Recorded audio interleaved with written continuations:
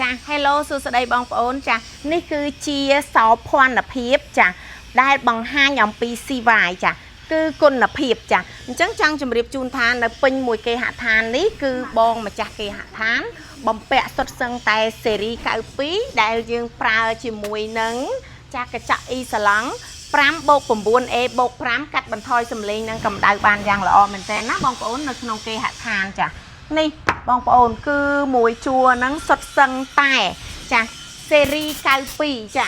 ដែលយើងហៅថា4បើកជួបក្នុងជួបក្រៅបងប្អូនកុំភ្លេចណា CY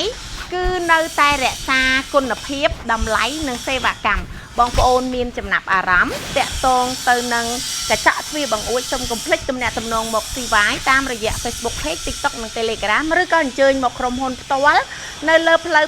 217ខណ្ឌដង្កោជាប់វីរៈបុណ្យធម្មសាខាចំការដូងដើម្បីប្រឹក្សាយោបល់តាក់ទងទៅនឹងទ្វារបង្អួចកញ្ចក់ផងដែរណាបងប្អូនកុំភ្លេចណា CY